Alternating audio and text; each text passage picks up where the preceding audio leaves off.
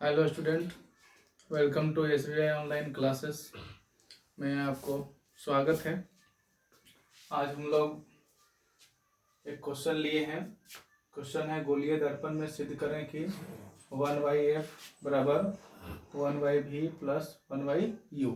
ठीक है, इसके लिए हम लोग सबसे पहले क्या करेंगे, एक गोलीय दर्पण लेंगे और वो अवतल दर्पण लेंगे।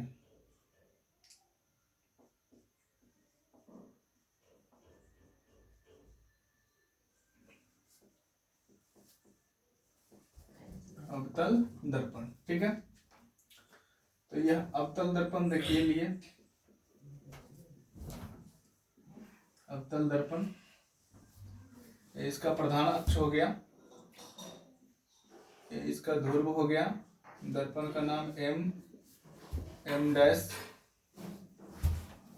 और इसके प्रधान अक्ष पर ऊर्ध्वाधर एक वस्तु रखेंगे जिसका नाम AB है।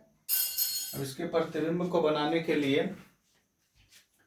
इसके प्रधान अक्ष के समांतर एक किरण को गुजारेंगे। जैसा कि हम लोग जानते हैं कि प्रधान अक्ष से गुजरने वाली जो किरण होती है वो प्रधान अक्ष के मुख्य बिंदु फोकस बिंदु से होकर गुजरती है। तो यह फोकस बिंदु से होकर गुजरेगा और एक किरण को हम लोग वक्रता केंद्र से आपतित कराएंगे। तो वक्रता केंद्र से आपतित होने वाली किरण वक्रता केंद्र वाले पथ से ही वापस लौट आती है, ठीक है। और ये दोनों किरण जिस बिंदु पर एक दूसरे को काटती है वहीं पर वस्तु का प्रतिबिंब बनता है। तो प्रतिबिंब हमारा वास्तविक होगा, उल्टा होगा और वस्तु से छोटा होगा, जिसका नाम रखेंगे A डैश B डैश, ठीक है। सबसे पहले हम लोग गिवन की बात देखेंगे। गिवन की बात, गिवन में क्या है, तो गिवन में हम लोग लिखेंगे माना कि M डैश एक अवतल दर्पण है जिसका ध्रुव P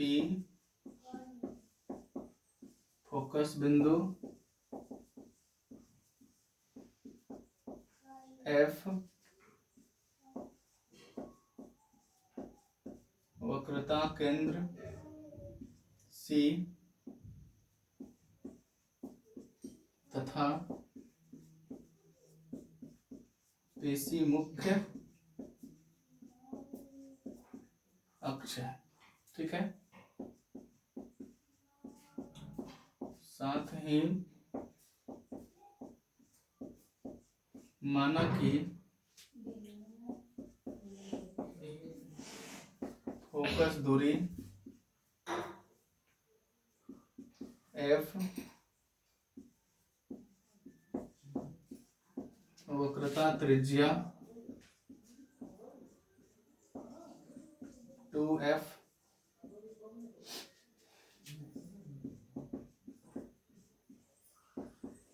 वस्तु दूरी U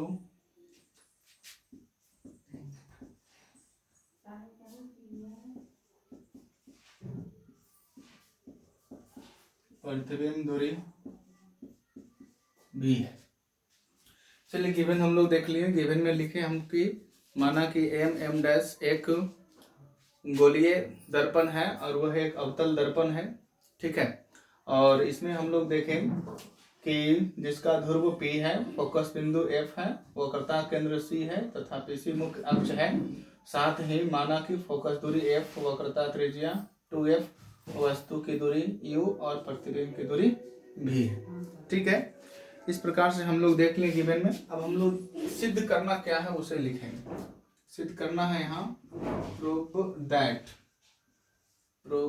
सिद्ध करना है कि क्या सिद्ध करना है, 1/f बराबर 1/v और प्लस 1/u, ठीक है। इसके बाद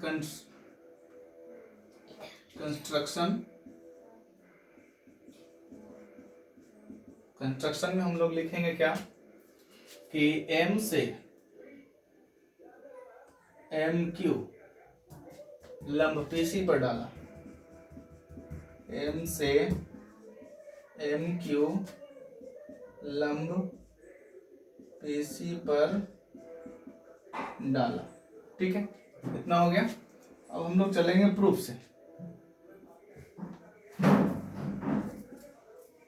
प्रूफ से, उत्पत्ति से। ठीक है, उत्पत्ति में हम लोग सबसे पहले देखेंगे, एक त्रिभुज लेंगे और वो त्रिभुज हमारा क्या होगा, ए बी सी, और एक त्रिभुज लेंगे ए डैश बी डैश सी। ठीक है, ये दोनों त्रिभुज को हम लोग देखेंगे। तो यहाँ पर लिखेंगे, चूंकि त्रिभुज ए बी सी और त्रिभुज ए डैश बी डैश सी से, देखिए त्रिभुज में देखिए, त्रिभुज ए बी सी हो गया और त्रिभुज ए डैश बी डैश सी हो गया। ये दोनों त्रिभुज में क्या है, यहाँ देखिए एक कोण समकोण है, तो यहाँ भी एक कोण समकोण है, और ये दोनों कोण देखिए सम्मुख कोण के नियम से बराबर होंगे। ठीक है, तो किसी भी दो त्रिभुज की हम लोग बात करें तो दोनों त्रिभुज में यदि समानुकोणिक त्रिभुज हो, त्रिभुज कैसा हो, समानुकोणिक हो, तो वे त्रिभुज क्या हो जाएंगे, समरूप हो जाएंगे। ठीक है, इसलिए हम लोग यहाँ लिखेंगे कोण ए बी सी हो जाएगा, कोण ए बी सी बराबर कोण ए डैश बी डैश सी बराबर 90 डिग्री। ठीक है, इसके बाद हम लोग लेंगे, देखिए कोण ए सी बी, कोण ए सी बी बराबर कौन हो जाएगा, यहाँ से ए डैश सी बी डैश, ए डैश सी बी डैश। ठीक है, ये हो गया आपका सम्मुख कोण के नियम से बराबर, सम्मुख कोण के नियम से बराबर हो जाएगा। ठीक है, इसलिए यहाँ लिख सकते हैं ए ए ए समरूपता से। ठीक है, किसी दो त्रिभुज में दो कोण अगर बराबर हो गए, किसी दो त्रिभुज में अगर दो कोण बराबर हो गए तो तीसरा कोण शेष कोण के नियम से बराबर होते हैं। ठीक है, इसलिए त्रिभुज का संगत तीनों कोण आपस में बराबर हो गया, अर्थात समझिए कि ये दोनों त्रिभुज समानुकोणिक हो गए और ये त्रिभुज समरूप हो गए। ठीक है, इसलिए हम लोग ए समरूपता से लिख सकते हैं कि त्रिभुज ए बी सी समरूप त्रिभुज ए डैश बी डैश सी। अब देखिए समरूप त्रिभुज की भुजा समानुपातिक होती है, इसलिए हम लोग लिखेंगे समानुपातिक भुजा, संगत भुजा लिखेंगे। ए बी होगी बड़ी त्रिभुज की भुजा है ए बी, और छोटी त्रिभुज की भुजा हो जाएगा ए डैश बी डैश। ठीक है, बराबर इसका आधार वाला भुजा लेते हैं तो ये हो जाएगा बी सी, और इसका आधार वाला भुजा हो जाएगा तो B dash C, B dash C, और इसे हम लोग समीकरण फर्स्ट मानेंगे। ठीक है, और यहाँ लिखेंगे इसी प्रकार से। ठीक है, इसी प्रकार से क्या हो जाएगा, त्रिभुज एम क्यू एफ और त्रिभुज ए डैश बी डैश एफ समरूप होंगे, क्योंकि यहाँ भी देखिए इस समकोण बना रहा है, यहाँ भी समकोण है, ये दोनों कोण सम्मुख कोण के नियम से बराबर। ठीक है, यहाँ लिखेंगे इसलिए त्रिभुज एम क्यू एफ समरूप त्रिभुज ए डैश बी डैश एफ। ठीक है, ये दोनों त्रिभुज समरूप हो गए। अब समरूप त्रिभुज की भुजाएं समानुपातिक होती है, इसलिए इसकी भुजा लेंगे तो हो जाएगा एम क्यू बटे A dash B dash, M Q बटे ए डैश बी डैश बराबर हो जाएगा क्यू एफ और बटे हो जाएगा बी डैश एफ।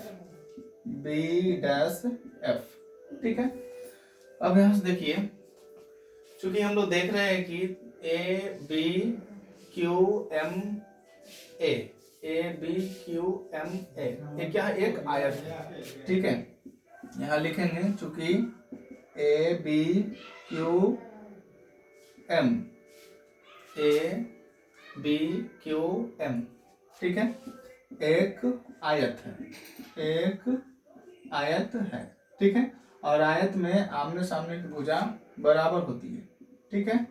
इसलिए हो जाएगा ए बी बराबर एम क्यू, ए बी बराबर एम क्यू, ठीक है। तथा तथा माना कि एम पी के काफी नजदीक है, एम पी के काफी नजदीक है, या क्यू को हम लोग मानेंगे, एम को नहीं, ठीक है। माना कि क्यू पी के काफी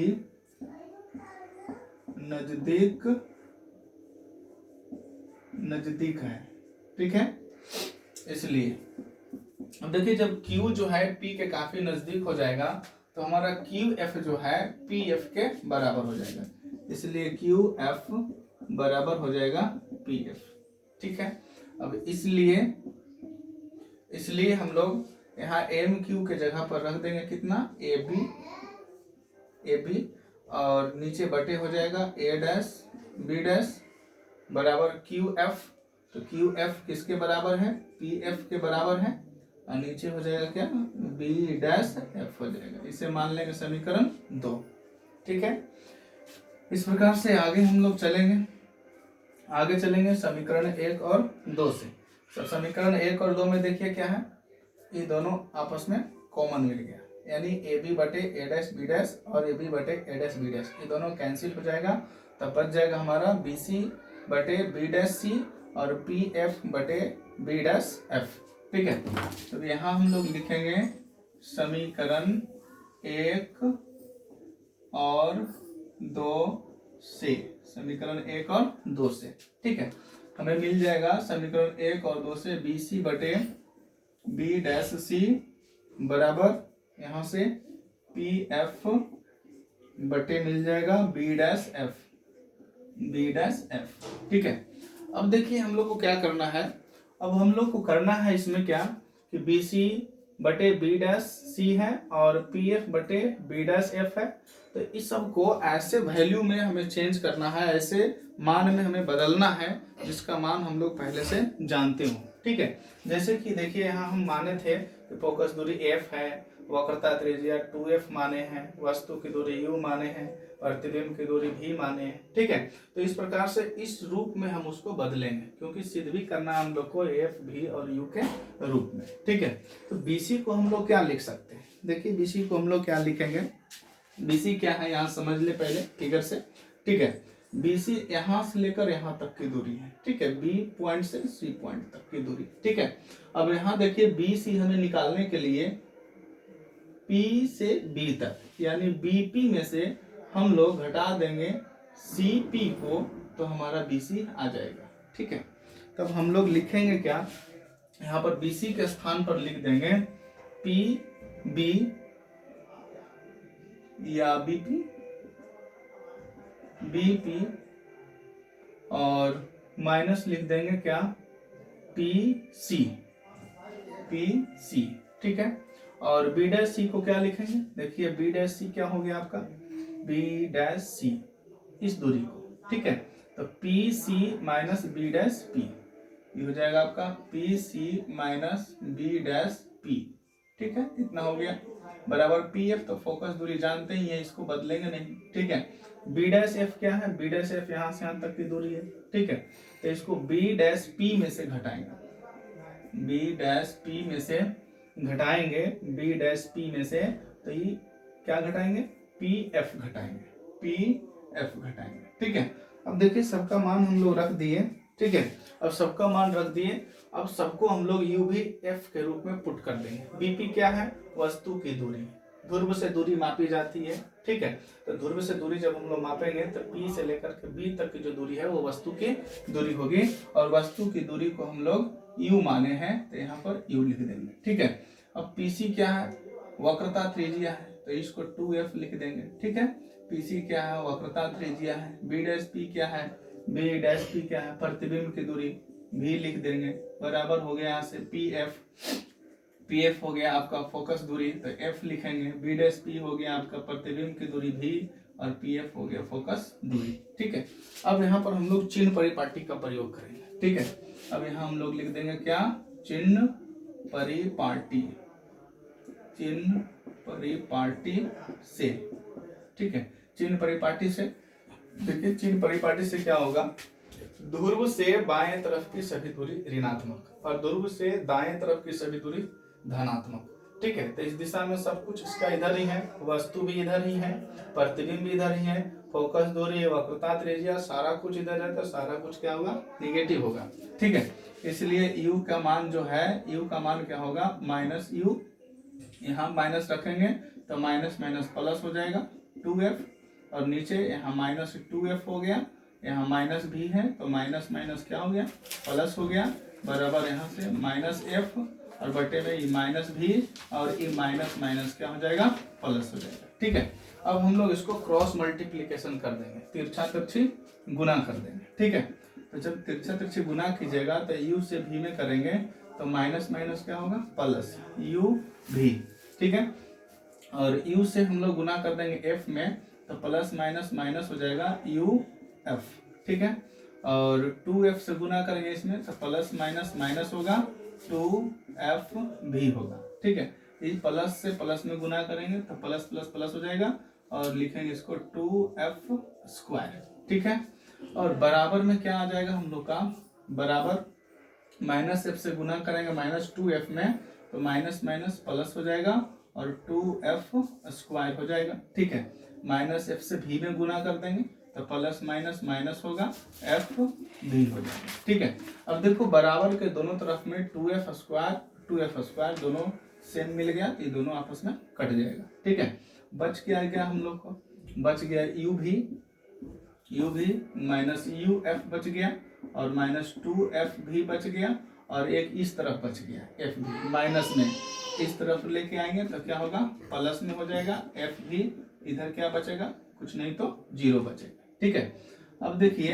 कि जहाँ एक जाति रहेगा उसे जोड़ देंगे और घटा देंगे। ठीक है, इसका कोई जाति है कहीं पर नहीं है, uf का कोई जाति नहीं है, 2f भी, यहाँ f भी, तो यहाँ 2f भी में से f भी को घटा देंगे तो क्या बचेगा हमारा, -1f भी बचेगा। ठीक है, तो u भी हो गया, -uf हो गया, और -f भी हो गया, बराबर 0 बच गया। ठीक है, अब हम लोग क्या करेंगे, हमको इस रूप में लाना है, भिन्न के रूप में लाना है। तो भिन्न के रूप में लाने के लिए हम लोग प्रत्येक पद में u भी f से भाग दे देंगे। ठीक है, यहाँ लिख देंगे u भी f से भाग देने पर। ठीक है, अब देखिए भाग देंगे तो u भी बटे हो गया u भी f। ठीक है, -uf बटे u भी f, -f भी बटे u भी f, और बराबर 0 बटे u भी f। ठीक है, अब जो जो कटता है उसको काट दीजिए, तो u भी से u भी देखिए कट जाएगा। ठीक है, uf से uf कट गया। ठीक है, f भी से f भी कट जाएगा। ठीक है, बचेगा क्या हम लोग को, बच जाएगा 1/f, यहाँ बचेगा 1/v, और यहाँ बचेगा 1/u, इधर बच गया 0। अब जितना माइनस वाला है उस तरफ ट्रांसफर कर देंगे, इसलिए कि हम लोग को इस तरफ चाहिए। ठीक है, इसलिए ये हो गया 1/f बराबर 1/v प्लस 1/u। ठीक है, इतना आ गया, और इसी सूत्र को, इसी व्यंजक को हम लोग दर्पण का सूत्र कहते हैं। ये दर्पण का सूत्र हो गया। ठीक है, कंप्लीट।